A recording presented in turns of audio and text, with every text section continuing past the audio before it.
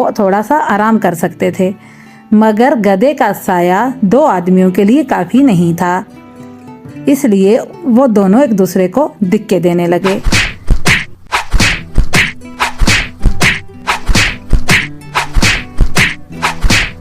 किराया देने वाले आदमी ने कहा, तुम दूर जाकर बैठो, क्योंकि इसके साए में तो एक ही बंदा बैठ सकता है और मैंने किराया दिया हुआ है, तो इसके साए में मैं ही बैठूंगा।